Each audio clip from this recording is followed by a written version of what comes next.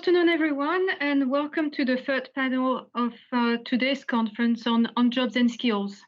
I'm very honored to be your session moderator for this third panel, which will discuss on skills, and in particular the challenges with up and reskilling.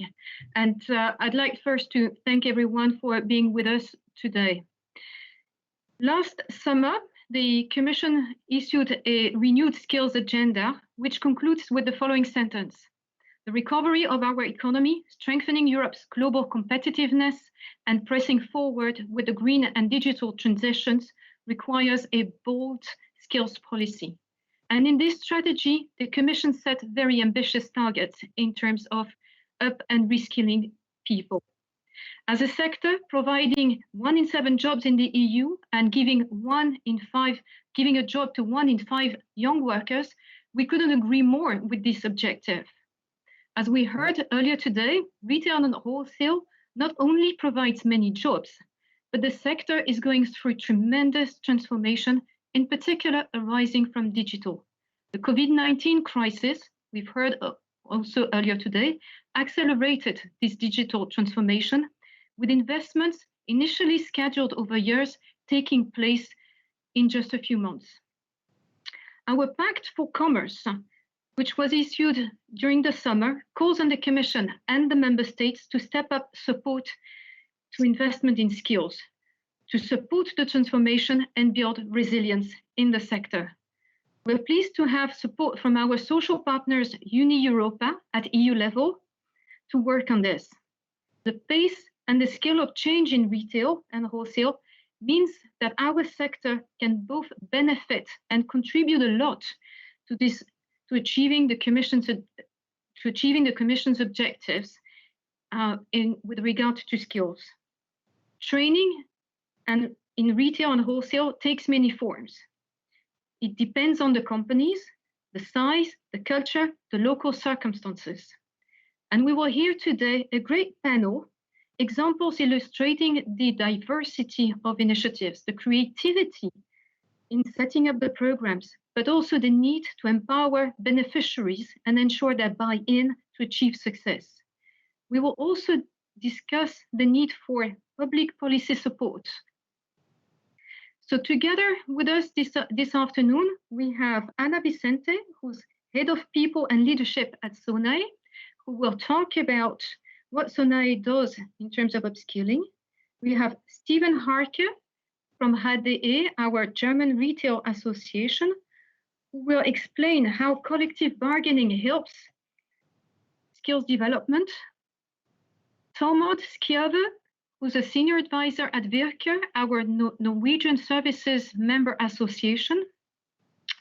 Tormod will present reskilling and in particular their experience with the balancing act method.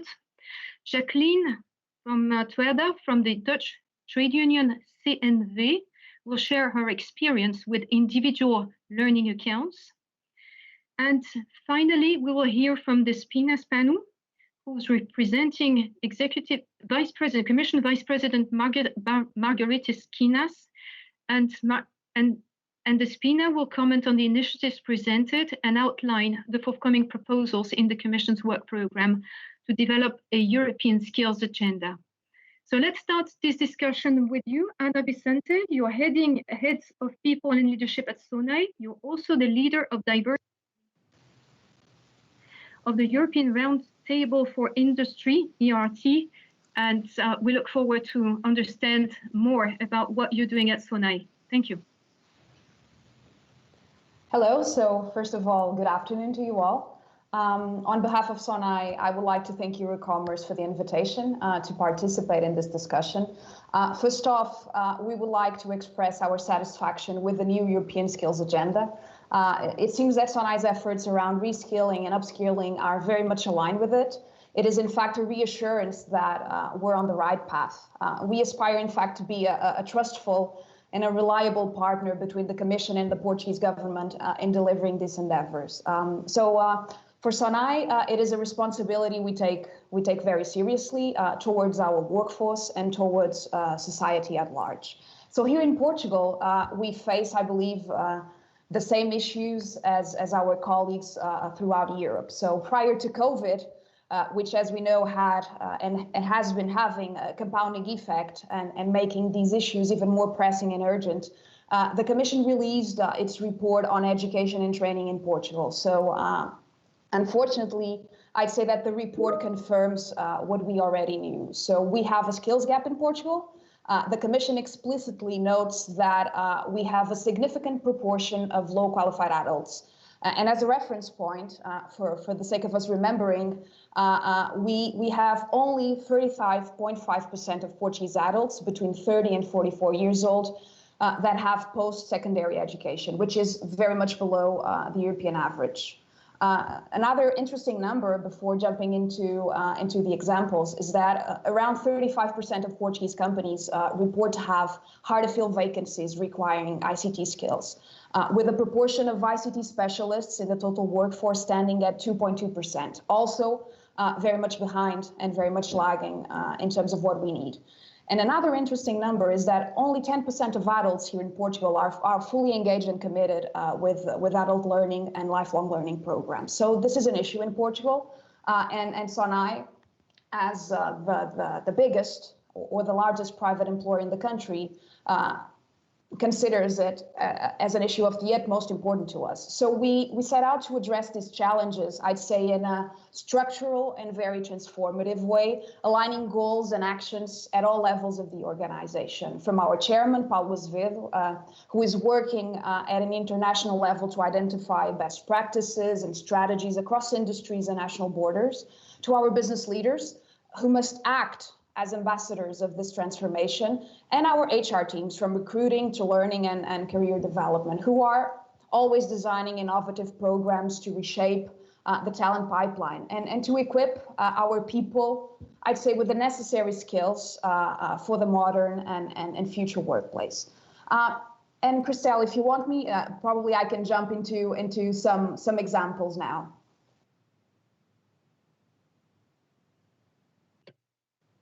Thank you, Anna. Can you please give two or three very short examples? Yes, I can. So there are three examples I'd like to share with you. I'd say two of them are more focused with our blue collars in our operations, and one of them also focusing operations, but more on the store manager level. So one very interesting example in terms of upskilling is what we call Qualifica. So Qualifica is an example from our food retail branch, and it aims to help bridge a bit one of the most pressing challenges Portugal faces, which is the low qualification of its adult population. So considering this and considering that Portugal, that SONAE and SONAE MC is a bit a representative sample of the Portuguese reality, the food retail branch developed the Qualifica Center, which is a pioneering initiative that aims to increase the level of education of SONAE's employees and award them certifications in several subjects, promoting their educational and professional qualification according to the European qualifications framework. So it was launched back in 2017, and it's a result of a partnership between the company and the Portuguese government. As of now, it has over 2,600 subscribers, more than 1,000 students, and the majority of them come from the retail operations, come from inside the company. 60% of those are women, and their ages range from 19 to 64 years old. So it's quite an impressive solution that we've been developing, and with very good results, and it surely shows the commitment of the company of constantly upskilling its employees. So it's a shining example of how public and private partnerships can help to progress the skills agenda, I'd say. And it's a result of a very collaborative, multi-stakeholder approach to upskilling and reskilling. So this is the first example, I'd say a flagship one in our view. Another very relevant one, also for our operations people, and also from the food retail branch, is what we call the butcher's career. So in retail, having butchers is an issue. So it's It's a set of capabilities that is internally scarce and also externally scarce in the market. And we need to train these people to perform and to have them in our stores. So aiming to do that, we've also developed a partnership focusing not only on upskilling our internal employees, but also sourcing external people who were currently unemployed. So as of now, it's I'd say also a very successful initiative. So people submitted their application to the program. They undergone an assessment. We have now 2 editions of the program, more than 1,000 applications. The majority, near half of them, are SONAE employees. Each of those who were selected had 300 hours of training. So a very intensive and very robust training for each one of them. So they had the opportunity to have a new career and to progress within the company. Those who were not selected had also the opportunity to have some counseling in terms of their career pathing. So this is also a very good example from our perspective. And I will jump, Christel, because I think it's relevant to the third and last example, which is a program also within our food retail branch, which we call Future Leaders at Retail.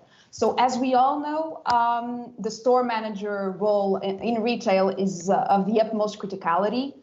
It currently entails a diverse range of skills and capabilities, ever more complex due to the ongoing business changes, but also in terms of team leadership, team management, etc. So aiming to identify and to train future leaders in modern retail, SONAE IMC developed the program, which is an accelerated learning program that has, I would say, that conveys several learning models, from on-job training, where employees have a general traineeship, but also a specialized one, to formal and academic instruction through webinars, e-learnings, etc., and also social learning.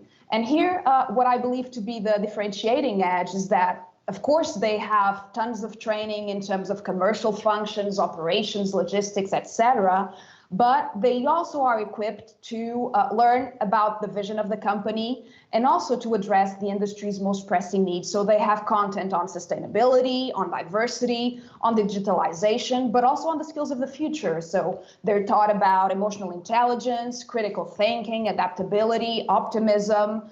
They are incentivized to develop their lifelong learning habits, and they also learn digital competency. So it's a very interesting program. It's in its 5th edition now. We have around 200 trainees, 60% of which internal talent and internal sourcing. So an opportunity for our employees to progress within the company. And very curiously, in this last edition, the 2020 edition, due to COVID and to our reinforced focus on employee well-being and progression, the program was fully dedicated to internal sourcing, and it was a success. And a very interesting also number and figure is that 60% of the trainees were women. So without further ado, Christel, these are my examples. Thank you. Impressive. Thank you, Anna. Very interesting. Let me turn to Stephen. So Stephen leads the Social Affairs Department at HDE, the German Retail Federation. And so Stephen, please tell us a little bit more how collective bargaining can support skills development, and what you're doing to help creating digital profiles, job profiles in national curricula. Stephen, the floor is yours. Yeah, thank you very much. Thank you very much for the invitation and the opportunity to present our very brand new educational or vocational training program, which is called the e-commerce merchant, which started in 2018. But before I come to this point, I would like to, first of all, give you a few more general figures on the retail sector in Germany as an employer and big trainer in the country. We have actually more than 3 million people in the sector in Germany. So as a sector, we're one of the largest employers in the country, which is what is very interesting, I think, is that we managed, despite the huge trends towards digitalization in the sector, that we actually built 170,000 new jobs over the last decade. And this is pretty impressive, I guess. And also, I'd like to emphasize that we have a very female workforce. We are more than 2/3 of the workforce is female, and we have a very huge amount of women in management and also in executive employee positions, far more than other sectors in Germany. So that's what we are very proud of. And we have a very good income in the sector. We have, by official numbers by the ministry, we have an average income for full-time worker in Germany in the sector of retail from which is more than 3,000 euros a month. That's quite a lot and quite impressive. And by the hour, it's even more impressive. It's about 18 euros, but for a full-time worker. And no wonder we are very popular among young professionals as a trainer as well. The sector invests a lot into education. And we have two major job profiles with a vocational training program, which is, first of all, the Verkäufer and Verkäuferin. That's the salesperson in English. That's a 2-year educational program we offer, and a more higher graded vocational training program is the Kaufmann and Kauffrau im Einzelhandel, which is the retail management assistant in English. It's a 3-year program, and in Germany, and these two major job profiles actually rank 1 and 2. If you look on the ranking of the most popular vocational training programs we have in Germany of all sectors. So that's very impressive. It's more than 10% of all vocational training positions every year we educate. And we educate in even more jobs. We have about 60 different job profiles we offer vocational training programs in. And actually funny or interesting to know is that we have 80% of the executive and management positions in the sector are actually with people that started out with a vocational training program and not so much with an academic background. So that's very typical for the sector and very interesting to know. And we start, as I mentioned that right at the beginning, we started in 2018. We started the e-commerce merchant very successfully. It goes back to 2015. It's an initiative only by the employers and the social partners, mainly by the Retail Federation and VIRKE as a social partner. And the new vocational program is designed for professionals, young professionals, to learn everything about how to sell products via the internet, multi-channel, pure playing. So it goes with the time and gives you the skills to deal with the new digital world. And it started out very successfully with more than 1,400 people in Germany actually starting this vocational training. It takes 3 years as well. And the number of people grew in the next year. Last year, we already had 1,600 professionals starting with the vocational training program. And so we expect this one to become one of the most popular vocational training programs in Germany as well in the near future. So it definitely has top 20 potential. And you are educated in Germany. That's typical for Germany. You are educated on the job, and you are studying in a vocational school, and so you have both. And you can actually shorten the amount of time you need for the vocational training. You can shorten it down to at least 2 years if you have pre-qualifications. And we also have, and this is part of the whole process, even back in 2015, we already designed not only a vocational training program together with a social partner, we also designed an upskilling program, which is for people who want to take their education a step further. It's called the Retail Specialist. And the Retail Specialist is designed for people that have completed the e-commerce merchant vocational training program and have worked on the job already for a year or have worked for many years in the field, and then they can actually take the whole thing a step further and gain even more qualifications in terms of how to set up an e-commerce business, to develop strategies, be more accountable for everything they do, and have a broader perspective.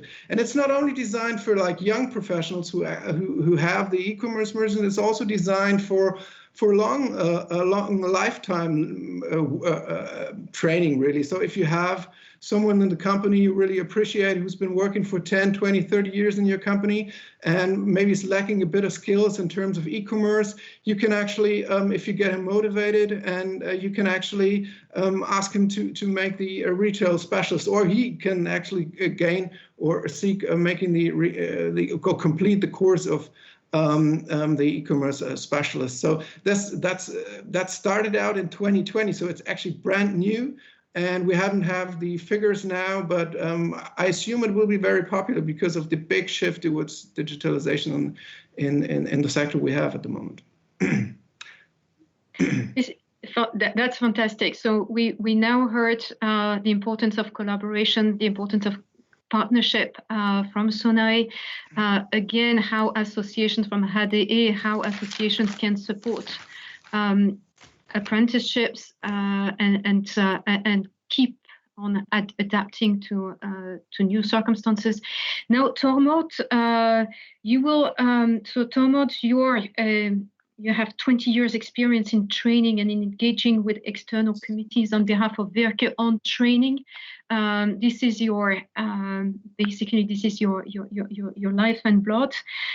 You have developed in Norway a balancing act method, let me get that right, which is about reskilling. Can you tell us a bit more about how this is run and what it consists of? Thank you. Thank you for the introduction. I think for most of us, it's much easier to document and make others understand our formal education than is to explain and gain recognition for the skills we have developed through work experience and internal training. So the background behind the concept of balancing act lies in the shared aim of the government and the social partners to work on establishing better systems to document and utilize skills acquired in the workplace. And together with the retail chain IKEA, that's probably well known all over Europe, and Norgesgruppen, that's by far the biggest retail and wholesale enterprise in Norway, we have developed a model to describe the skills called the balance model. And we have a method for communicating these skills outside of the learning environment to other sectors in the labor market, improving the potential for mobility, and to the formal education system, enhancing the synergy between learning in the working life and formal education. So reskilling of the employees is a continuous learning activity. It's a process of lifelong learning. And in my employee federation, we are organizing companies representing a broad range of sectors. But my experience is that retail is one of the best sectors in providing systematic training programs for reskilling and upskilling. But it's a challenge to document outcomes of workplace training and to make training relevant and efficient for the individual worker and for the company. So how do we determine the starting point, the existing individual skill set? And how do we determine the reference for skills we want to achieve? Because we use sort of mapping formal education, previous jobs, tasks, personal qualities, but we need a proper language for skills closer to the way employers and employees talk about the everyday job.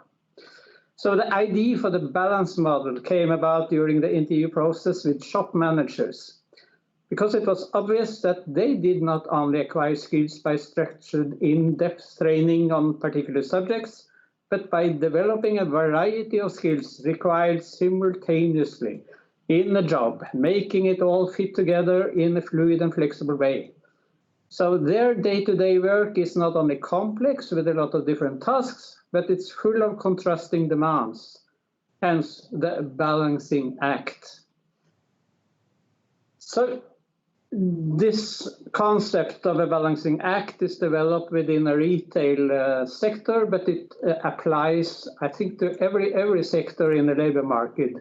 So you can look at your own job within 3 dimensions, because you need to relate to people in a positive manner, and that demands specific skills. And at the same time, we also need to relate to technology and to have some sort of IT or digital skills. So technology is a tool for people, and people give value to technology. And many of us need skills to relate to people using technology as a tool. So people and technology is the first dimension in the balance model. And the second is that we all feel the demand to be flexible, to think or change as positive, and we need skills to adjust to changes others have made, but we need also the ability to create.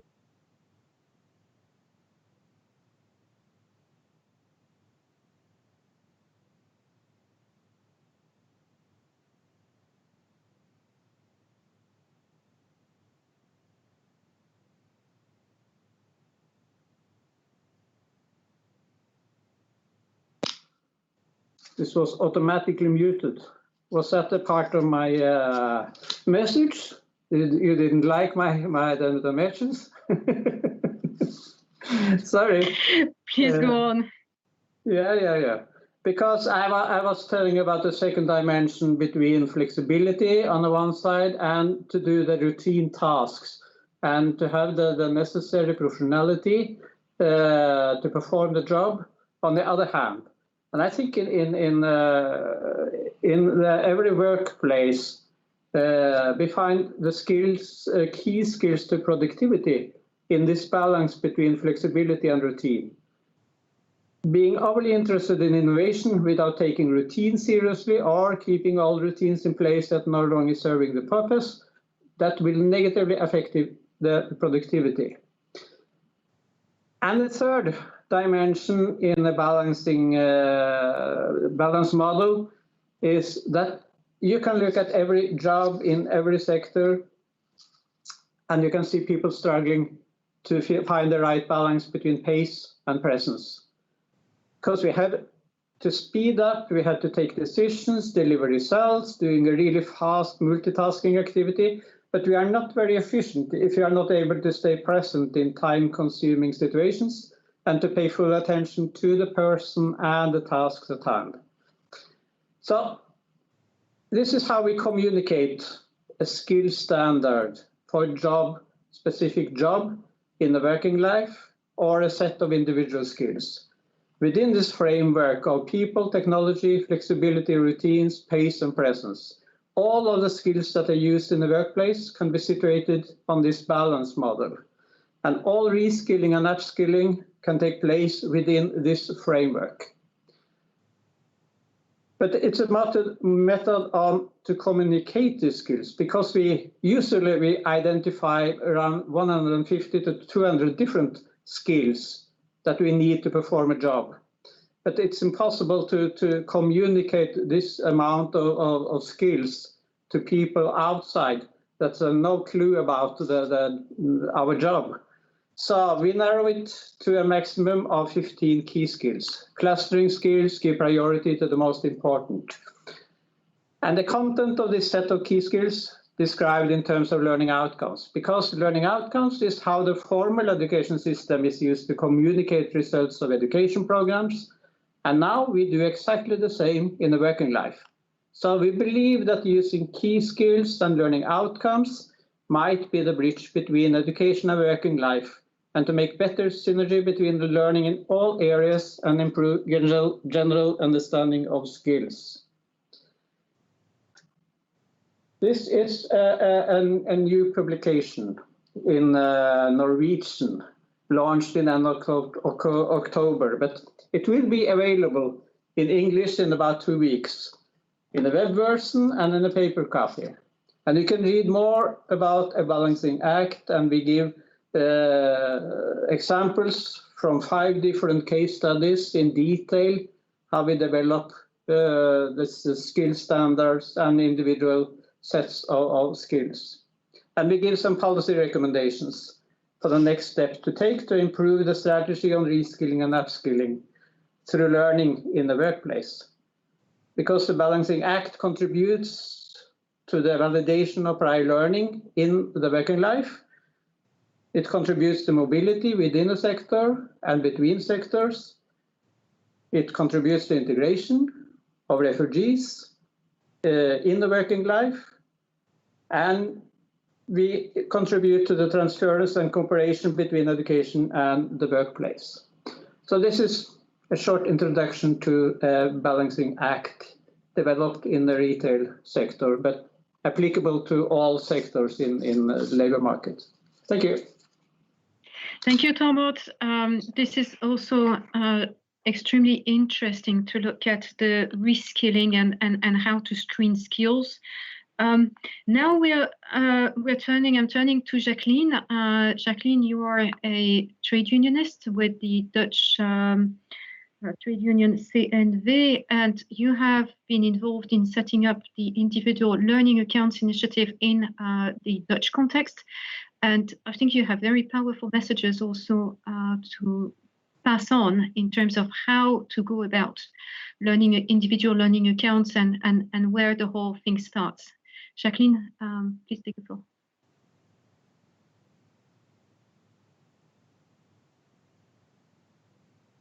You need to unmute yourself. Thank you very much for the invitation, and I'm very happy to tell something about what we are trying to do in the Netherlands. For us, it started a few years ago with the question how to shape and development the emancipation of the workers' population in a fast changing environment. We saw that the skills required for the job were changing faster than the skills were gained by the individual employees. Then we started to work on what we call the individual learning account. Purpose of the account is to create more ownership with the individual employee when it comes to lifelong learning. In the starting phase, we saw that for the employees it's very difficult where to start in your own development. So we invested in coaching and training and talking about a career path, talking about a variety of skills that could be helpful in the future. Now we have in the food and the non-food 2 platforms built on which are 300,000 employees connected, and they can choose their own form of education suited with their needs or wishes in the future. For us, the message in short for us would be we should all come together and try to build, to rebuild a mindset from having to go to a long life development to a profound right to a long life development. It should, in my opinion, be a right for employees in their career. For us, we started with the food and the non-food section. I do not have the data and the figures yet because we just started, unfortunately. I'm very proud of the program that has been built. It has got more than 40,000 forms of education, as well digital as physically. And you see that it will create a career path on the data of using. So when you have got somebody who's in sales and he chooses another path, the program will create a path for the future, so it will be more easy for other employees to make their choices. We've seen that enabling education you have to make it very simple, and you have to let people step in a very low level, to make it a bit of fun, I would say, education. In my opinion, it's a lot of pushing towards education, but the employees do not feel the need yet. I can only talk about the Netherlands, of course, not in the amounts we should want to. So for us, we have made agreements with the employers that they will open an account, and the employer can, without having to consult his employer, start its own education. For me, it's important that the education is not just for the job, but for the career. So you can be an owner of your own career and your own future.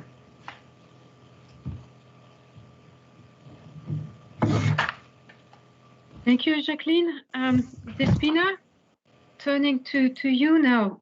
So you've heard all these initiatives, the variety of initiatives, the importance of upskilling, reskilling, the importance of empowering people with their own career. So how does that fit with the Commission's new skill agenda? What's your reaction? So thank you very much for inviting us. Here speaking on behalf of Vice President Schinás.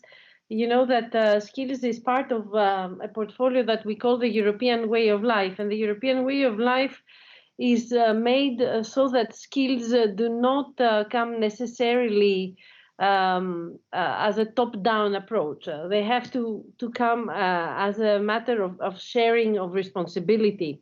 And this is why in the new skills agenda that we adopted last July, we put particular emphasis in this importance of public-private partnerships. So working together, making sure you draw support from the public sphere, be that funding or other kinds of programs, but at the same time having a bottom-up approach, seeing what people are looking for, what people need, and offering them through the market.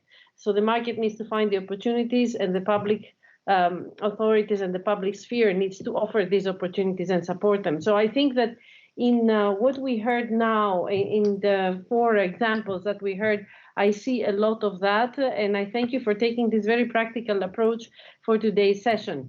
For instance, when it comes to the initiative that Anna spoke about, you will allow me to call you Anna, and I know that your organization was also a participant at the launch of the Pact for Skills, and you played a role there during the European Vocational Skills Week that took place a couple of weeks ago, if I'm not mistaken. Unfortunately, our Vice President could not be there because he had been hit by COVID. So he could not be there. He passed a few messages, but I know you were there, and you highlighted the need to support reskilling and upskilling in Europe, and you called for cooperation. So I think that here this cooperation comes out quite strongly from the examples that you quoted for us, and I think this is exactly where we need to go. The Pact for Skills is just one opportunity. I think the more the industry comes out and offers these opportunities, the more also the public sector will respond with the right support.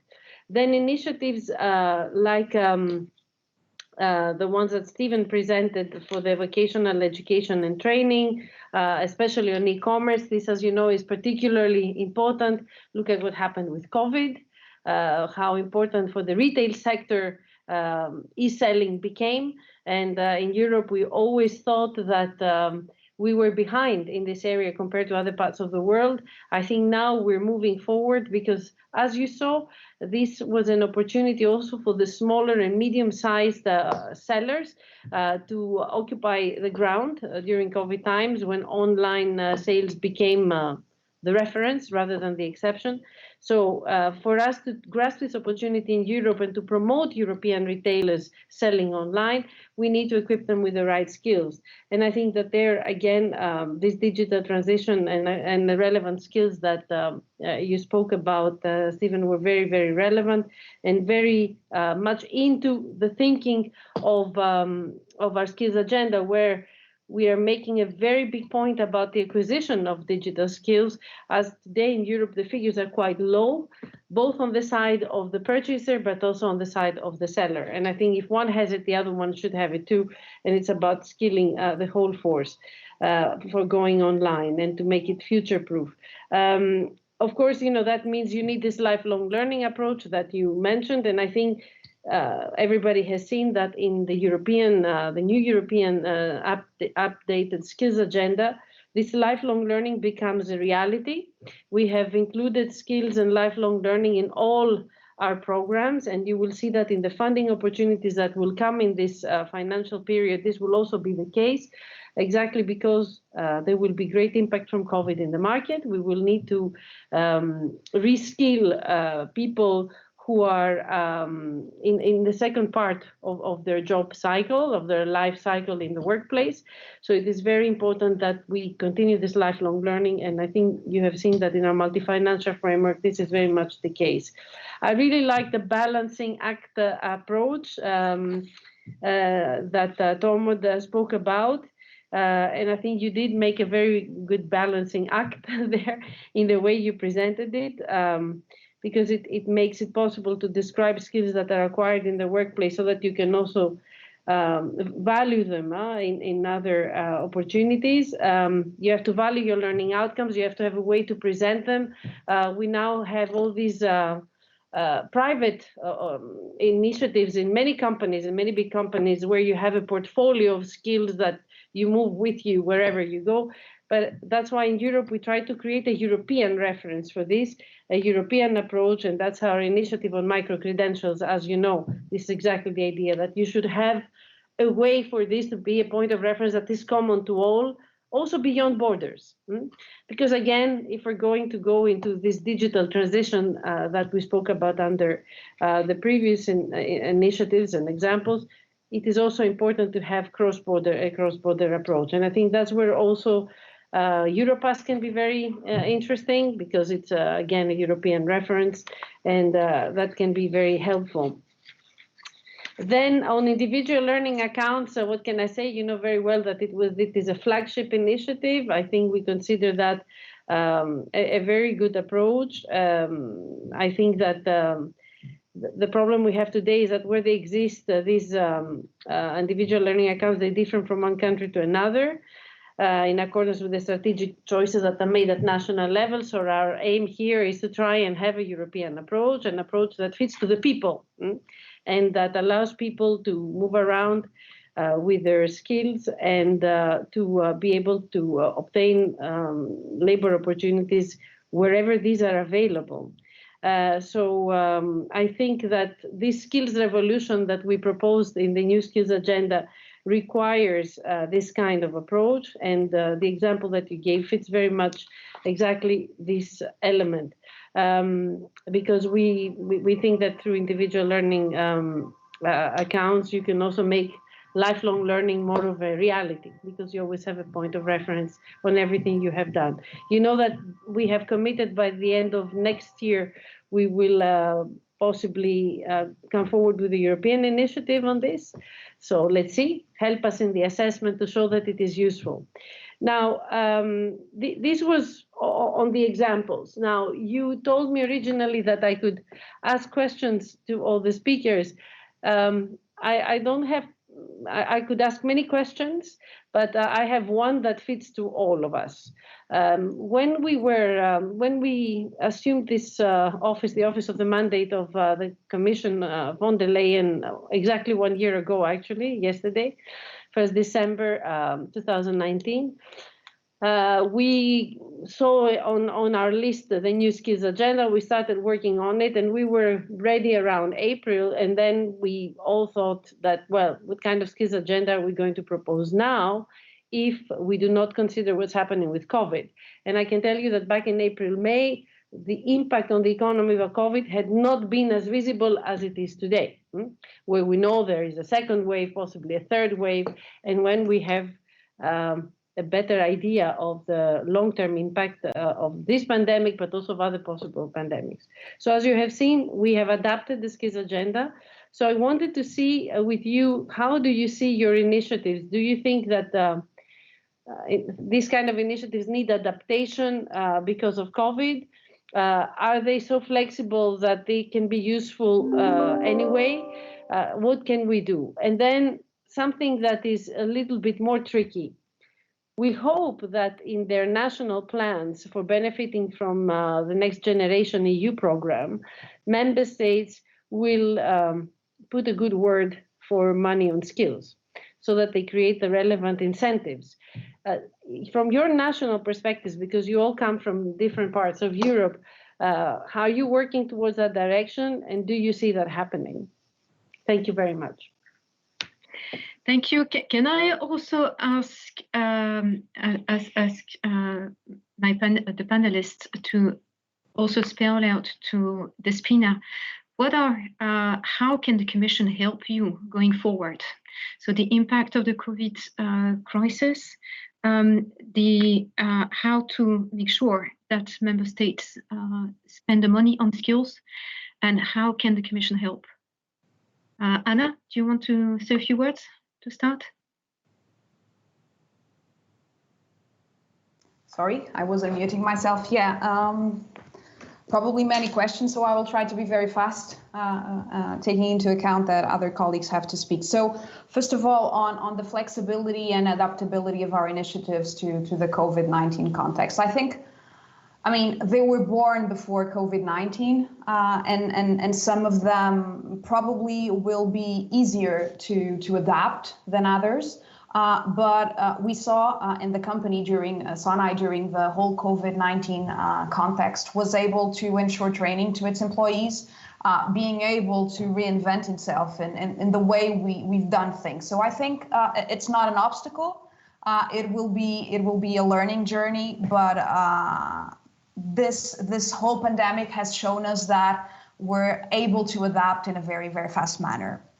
On the recovery plan, I do think that Portugal is very well positioned to channeling investment and the recovery funds to upskilling and reskilling. I think that's stated by our government, and we do believe in the importance of delivering that, because we know that COVID-19, in fact, accelerated a lot the digital world, but also accelerated a lot inequalities. So I think that these two variables can and should be mitigated by these funds. Your last question, Christel? Sorry, I didn't manage to note it. So what would be your message to Despina in terms of going forward? What do you need from the Commission? Okay. So I think we need three fundamental things, which I believe can be pitfalls of this solution. So the first one, and the one I spoke about, is about this continuous partnering between the private and the public sector, which I think is absolutely fundamental for the success of the skills agenda and for the success of all upskilling and reskilling initiatives. We do believe in it in SONAE. It has been our approach to tackle the challenge, and I do think that the support from the EU is absolutely fundamental. Another topic is reinforcing the need of having end-to-end solutions for upskilling and reskilling. So the majority of providers, countries, and companies do things, but a substantial minority of them focuses on delivering end-to-end solutions from skills identification to job placement, and this is an issue. And I'd say that the third one, to summarize, it's a bit more broad, and it's not necessarily a cry for help for the EU, but it's a big pitfall that we see, is that many employees are not engaged in upskilling themselves and reskilling themselves. So I believe that here we have a huge communication effort to do, and making sure people fully understand the impact and the need for lifelong learning and continuous learning. Thank you. Thank you. Steven, from a German retail perspective? Yeah, thank you very much. Yeah. Well, first of all, I think in Germany we are in some way in a very privileged position, I'd say, because we just had the the launch of the new e-commerce merchant. So I think we are quite well positioned in terms of the COVID crisis, because as you mentioned, it was kind of it pushed e-commerce again at the COVID crisis, and so the need for employees having skills in this particular area is even growing. So that's what I meant when I said we expect this vocational training program to grow over the next years, as well as the retail specialists. So I think that was kind of so that's why we are kind of privileged in that situation. But due to the unique system we have in Germany, that we can actually create our vocational training programs together with our social partners, mostly without federal interference. We can be very flexible on how we create vocational training programs and what we actually need for the special sector. So I think that is something we are very privileged with. And the German companies in 2017, I have the number here, invested 33 billion euros into the education of their staff. So like the companies already understood that they have to skill their people a lifelong time. So and what we need is apparently a more cultural change as well, that people actually, and that's what I've heard here from different colleagues, that the employees have to understand that it's an essential need for upskilling and to actually make a career. And I think that is very important to help people develop this perspective as well. But generally speaking, we have a very strong system as well with the public corporation in Germany. For example, the German Federal Employment Agency offers very high-level subsidies for employers that actually want to upskill their staff.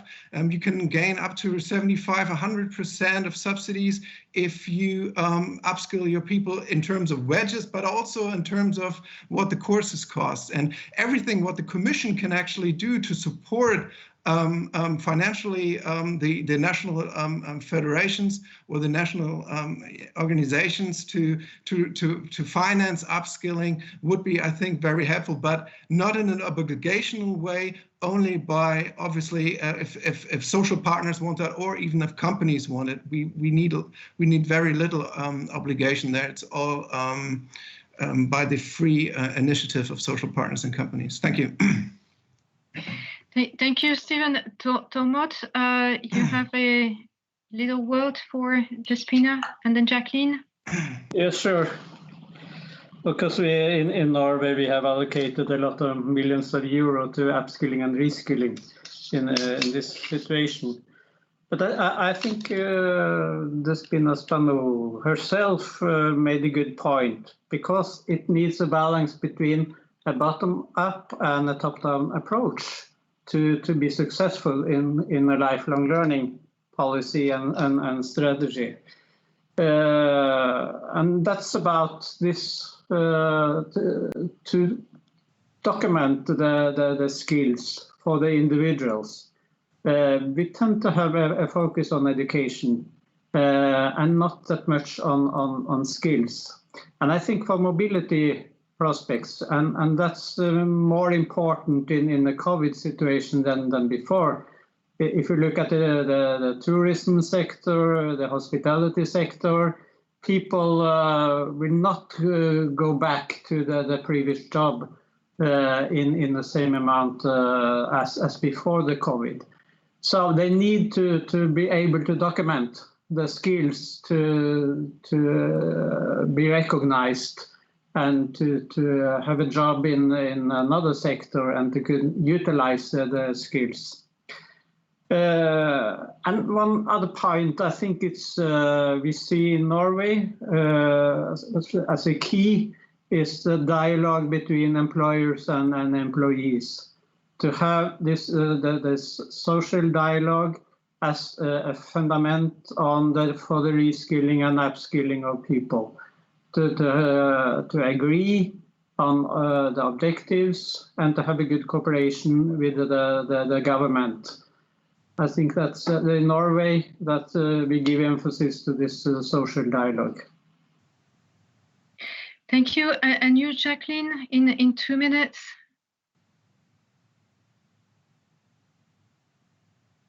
But you need to unmute. COVID-19 doesn't really affect the initiative at itself, but it has shown us that we have to move forward to create a workers' population that is skilled enough to adapt to changes, and certainly changes as extreme as COVID-19. In the Netherlands, we do take initiative with stakeholders to keep pushing the agenda here and to build a right to lifelong education. I would ask Europe to pull together, because I do realize this is bigger than the Netherlands itself. Of course, we have to do our job here, but if we want to be competitive in a global economy, we should want to learn from each other with respect to the member states. But I really would like European initiatives to come together more often so we can learn and move on more quick. So the workers' population will be skilled and will be ready for the future. Thank you, everyone. We're going to conclude this very interesting discussion. Now we've heard a very strong commitment, I think, towards the need to skill, upskill, reskill people to meet tomorrow's challenges, the future challenges for society. COVID-19 has accelerated the pace of change. This is recognized. Just a few keywords we've heard as well during the discussion is one, the variety and the variety of solutions and options that have been developed, but also the importance of collaboration, partnerships between governments, dialogue between employers and employees, representatives, the need to take into account local circumstances. It all starts bottom up, and also the need for support from the governments and from the policymakers. Thank you, everyone, for this afternoon's third panel on the importance of the skills agenda. Thank you to our panelists, and thank you to our audience for being with us. Thank you. Goodbye. Thank you very much. Goodbye.